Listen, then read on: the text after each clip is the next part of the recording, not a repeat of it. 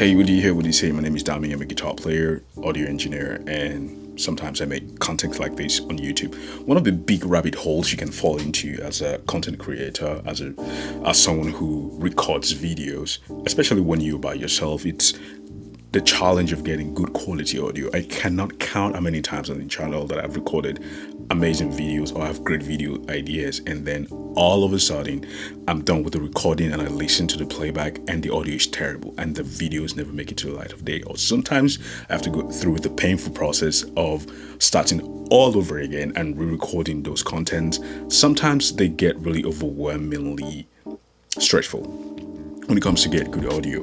Over the last year, my audio has been some sort of way consistent on the channel just because I've tried so many stuff out and I'm finally weeding out the stuff that do not work, the gears that do not work, the setup and workflow that do not work, and I'm beginning to identify the easy workflow that actually works.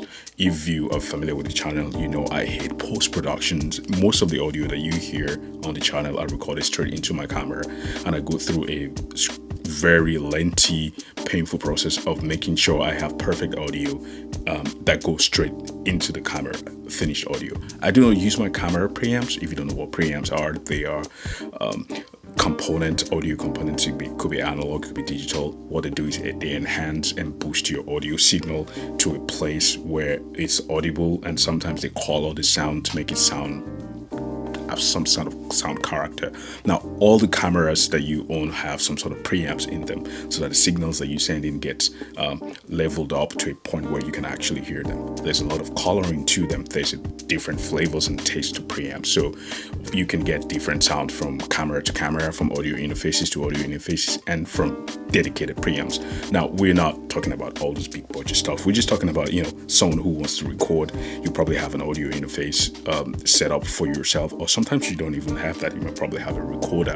Sometimes you might just be using your phone. Sometimes you might have dedicated audio interface like the X5 that make it to the channel. This is kind of my main recording audio interface right now on that desk when I'm over there recording. Here I have a little different setup because this desk that I am, not just for creating YouTube content, I actually do live streaming here, so I have a different setup here. Not that is not good for live streaming, but it's a whole different workflow when it comes to live streaming. You need to be able to do a lot of things fast, easy, and I've had this setup that has been working for a while, and I just want to keep it that way. Right now I'm talking to you into a microphone that is directly mounted on my desk. I'm not sure you guys can see it. Let me pull that up. Right now I am talking to you on a microphone that is actually directly on my desk. It's like this length from my mouth. It's a Sennheiser MK, is it 300? Yeah, it's MKE 600 microphone. And if you notice, when I took it off axis, you can barely hear me. You can hear the room now. This is the microphone. A lot of YouTubers use it. A lot of content creators use it. A lot of people use this microphone. It works perfectly, but it's not cheap. It's shy of $300 depending on where you are. I've seen it go around $250, but it's still not on the budget side. Now, this is a good microphone. One of the challenges you might have with this microphone is because of its high sensitivity, the requirement for phantom power or battery power. It's not just a plug and go. It requires some level of setup. Some people have the mic on top.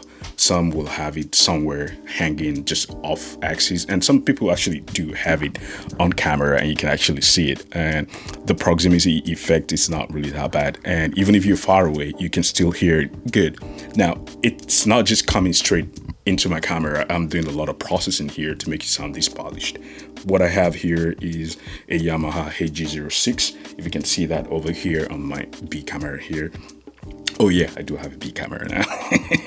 Shout out to you guys that have subscribed. Again, if you're not subscribed to the channel, now would be a good time to subscribe.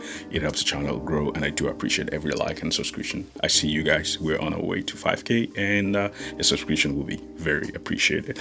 Moving on from my shameless blog. Now, what I have is an AG06 Yamaha. This is a 6-in, 6-out audio interface. I use it for live streaming. What it has under the hood is just amazing and underrated. First, you have two microphone ins that you can have a combo jack. You can either have an XLR in or a 1/4 inch in. You have two channel in here is channel 3 and 4, which is a stereo in, which is where my guitar goes into on the channel. And also you have RCA in for audio playback, of course, but this time around I'm actually using another audio interface, which is the Maono.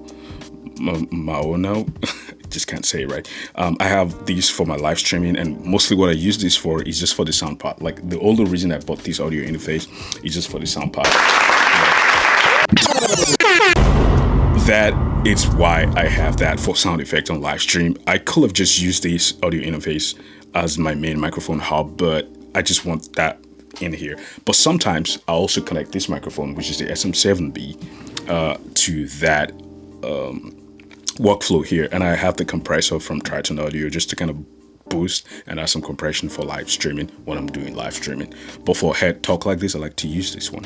Now, all these things that I'm mentioning, they are very expensive, which brings the question for today's video. Are there cheap alternative to all this expensive gear? This is going to set you back like $300 or $350 depending on what time and where you're looking at it. The SM7B, which is the gold standard for recording, even though I'm not a fan of it because I feel it's a crybaby microphone. The SM7B, it requires a lot. You need a certain level of gain, you need some sort of boost, you need some sort of EQ to get the best out of it. It's the most one of the most, maybe not the most, except for ribbon mics and stuff.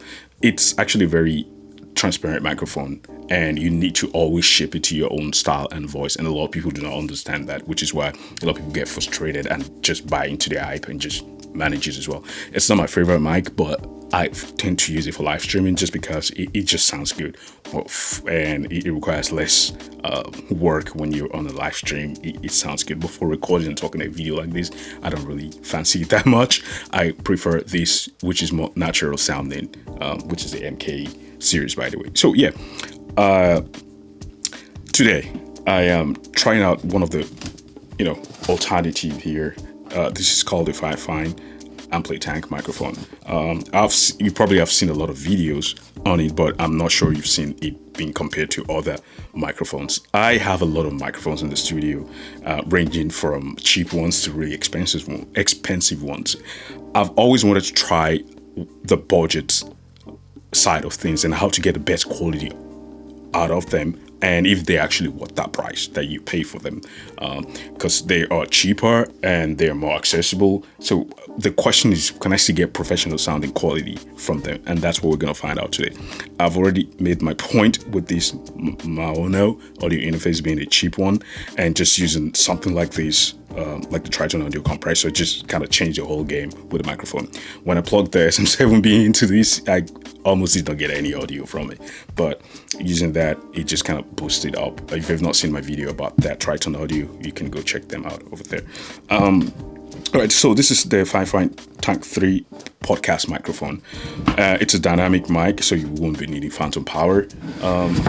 Ooh, that's a lot of desk noise because I have this microphone here on, and that's why I don't like using this microphone, because it has to be independently mounted, because it's going to pick up all the sound around, like you can hear right now. So I'm going to switch from this mic to the SM7B right now. And now we have the SM7B. I'm not sure how decent the audio is, but it's a little bit far away from my mouth, and I'm just gonna move it a little bit closer. So I have the SM7B here. It's kind of like this long, distant from my mouth. So you can already hear how different and how flatter sounding the SM7B actually is compared to the other one that I was using earlier. Yeah, so this is the Fifine microphone. What you get a Tank3 user guide.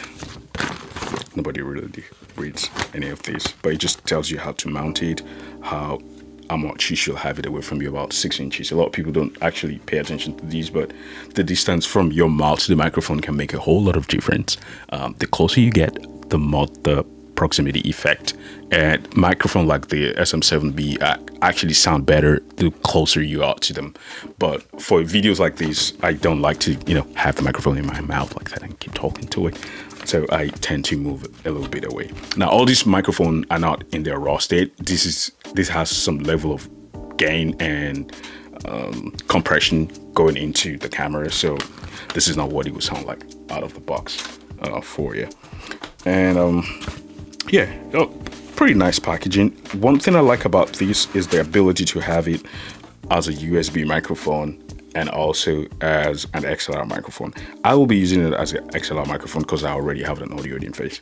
If you don't have an audio interface, however, you might want to consider having the USB option. You just go straight into your computer and it already has an audio interface in it that converts your analog voice into signals that your computer can understand. It comes with a nice chuck mount, and I can say it's significantly weighty. In the budget price, I don't, let me check how much this costs on Amazon. It's not really budget because it's like close to that $100 Mac Tank 3 on Amazon. Fine. Yeah, oh, okay. So it's to qualify as one of the budget microphones. This is $67. So after taxes, probably looking at around $70. So this is a $67 microphone compared to it, you know, $400 SM7B. I want to see how it sounds. And MK600 microphone from Sennheiser, as of today on Amazon, is going to cost you $359. So that's under $360 for the for this microphone that you're hearing here, which is the Sennheiser. That's the Sennheiser. That's the sound you're hearing now from the Sennheiser, which is right here, just hiding and tucked away over here on my desk. It does require phantom power. This doesn't require phantom power. Let's go back to the SM7B here. And yeah, the OB quality, it doesn't look cheap. It doesn't feel cheap. It looks pretty solid, just like I have on my SM7B here compared to this. And size comparison, it's like kind of a little bit close. In size, the SM7B be a little bit chunkier and more. And that has a pop filter. This doesn't come with a pop filter, but you do get a extra long USB-C to USB-A cable here, which is pretty nice. It's a nice touch to it, to things around. It's pretty neat. Yeah, and you also have the volume and the headphone if you're using it as a USB powered microphone. So let me stop talking. Let's hear how it sounds. That what you want to hear here. Yeah, so Fifine did reach out to me if I want to try out the mic, and I'm always trying to look for budget stuff. That's what the old channel is about, looking for budget stuff that doesn't break the bank but still get the job done. So first test I'm going to be doing, I'm going to be sending the audio straight into my Yamaha AG06. If you guys want a dedicated video about the AG06, let me know in the comments and I'll put that in for you guys. All right, so I will be comparing this mic to the SM7B. Right now you're listening to the Sennheiser. Right now, so I'm going to switch over from the Sennheiser to the Fifine and the SM7B. Okay, now this is the Fifine microphone. It's like around the same distance from my mouth. This is going straight into my audio interface, set around 3 o'clock. It does require a lot of gain because it's a lot of handling noise. So you want to make sure this is mounted on a stand, hands-free, and you're not rubbing your hand all over it. So it sounds pretty decent. Let me know what you guys think. It's subjective here at this point. So it's a good sounding microphone, actually. I like and there's no compression, there's no processing. This is just a microphone just coming out of the box. I think it sounds really clear. I'm getting a lot of clarity from the microphone. And compared to the SM7B, going to similar inputs, I'm going to try that out. I'm going to plug the SM7B into it and hear the processing. But this is the SM7B with you know, around 20 decibel of gain from the compressor. This is what it sounds with my mouth close to it. Now I'm just going to switch the cables from the SM7B to the Fifine using the same exact settings. I'm just literally going to unplug the cable here. I'm literally just going to unplug the cable and back to the Sennheiser. The cable is muted and plug that into the back. I kind of like the fact that the stuff is on the rear, and it's on the same distance now with the SM7B. Okay, so now this is the Fifine with the same setup with the SM7B. You can notice a whole lot more gain, and if I move close to the microphone, it sounds really good. it sounds really good. Except for the handling noise, and that's just because I'm rubbing my hand on it. It sounds really good. Let me know what you guys think. Which one do you prefer? It actually has a whole lot more gain, so I'm going to be turning my gain down a little bit compared to the SM7B. It sounds quite identical to the sound and tone. Let's switch back to the SM7B and hear what that sounds like.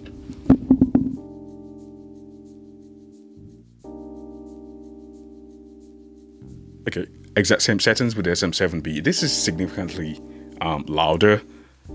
The SM7B does have less handling noise rejection because I'm talking to the microphone right now and I'm rubbing my hand all over it.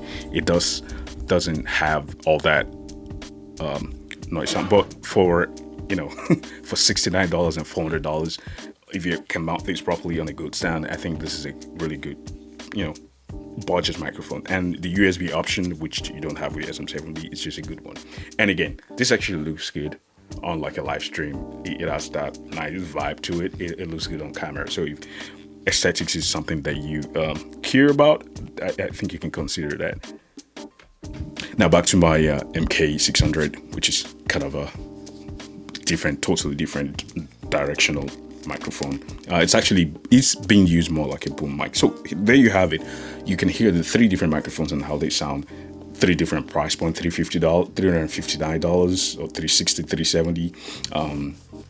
The SM7B goes around $400, and this is around $69, less than $70. So yeah, those are your options that you have. And this has been my own review and first impression of that Fifine microphone.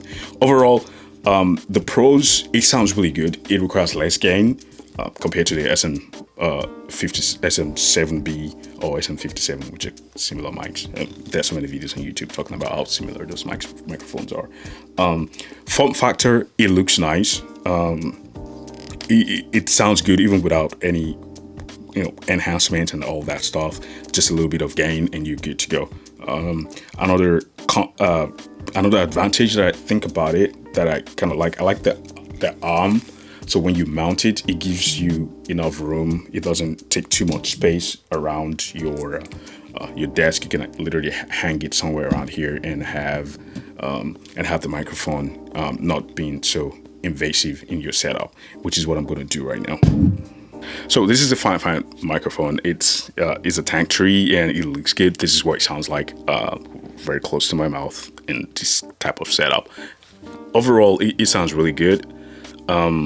I've gone over a couple of things that I like about it. And that thing that I do like is the hanging here, and it's just very non-invasive. Still gives you a lot of room around, unlike the SM7B that you have to plug in your XLR underneath. This has the XLR input on the rear, and you can also still plug it to a USB if that's an option that you like to explore. I do not really like using that. I like using my audio interface, so it works for any type of creator, and you're gonna get similar sound quality whether you're using USB or you're using with an XLR.